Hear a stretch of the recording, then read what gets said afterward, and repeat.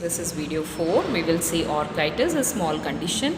So what is orchitis? It is the inflammation of the testicles. It can be caused by either bacteria or a virus. Both testicles may be affected by orchitis at the same time. However, the symptoms are usually in just one testicle. So mostly it is actually, it can affect both, or sometimes it is only the one testicle. So inflammation of the testicles is called as orchitis. It can be because of bacteria or virus. Now we will see what are the various etiological factors or causes. The most common cause of viral orchitis is mumps. So mumps, again, it's a communicable disease which is caused by the paramyxovirus. So paramyxovirus, as a secondary infection, the child can also have is testicles inflamed. Okay, or a person can have his testicle infected. Okay, so this is mainly because of the mumps, and which is because of the paramyxovirus. Next, you have bacterial infection can also lead to orchitis in males. Okay, so if there is any kind of bacterial infection, so that can also lead to orchitis.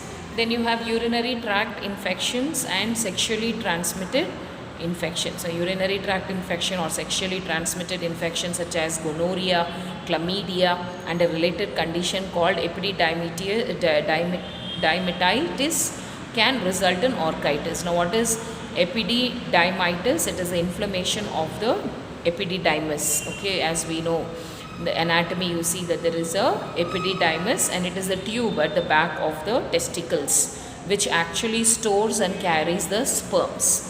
Okay, so that is the action of epididymis. So when this epididymis is inflamed, it also leads to orchitis, inflammation of the testicles. It is a tube at the back of the testicle. So next we will go to risk factors. So people who engage in high risk sexual behavior may be more likely to develop orchitis. High risk sexual behavior include, so mainly we say that person sexually transmitted disease, and highly they have all these sexual high risk cases. We will see what are those examples. Having sexual intercourse without condom, so they are prone for infection. Having a history, they already have a sexually transmitted infection history. Having a partner, okay, with whom they have the intercourse, if they are having sexually transmitted disease. Congenital urinary tract abnormalities also increase your risk, increase the patient's risk of orchitis. This means you are born with structural problems involving your bladder or urethra. So when there is a congenital abnormality, it also leads to orchitis. So what are the symptoms? So symptoms, complaints in patient orchitis are like swelling will be there in one or both testicles. If both are infected, both will be swollen with a reddish color. Pain will be there, which will be mild to very severe, very painful. The pain will be so severe that the patient will feel that the pain is actually spreading to the lower abdomen. So little pain is unbearable. So there is one word, okay, there is no meaning for that, just cut it out. Kesangol, there is no meaning for that, okay.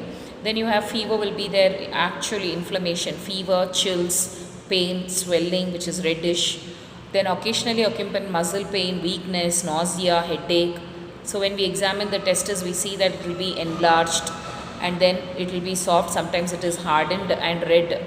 You see that the tube epididymis also is enlarged, curved bump formed at the testis, scrotal skin will be stretched. All these are the symptoms that you can observe.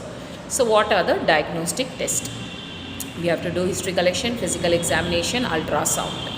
Okay, so mainly when we take ultrasound, we will get to know, okay, that there is inflammation of the testicles. Then management, bacterial orchitis is treated. So if it is bacterial infection, treat with antibiotics, anti-inflammatory medications, and cold pack will be applied to reduce the swelling and the pain.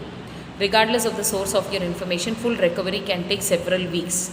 So it will not immediately, patient will not heal, but it takes several weeks for him or her to be healed.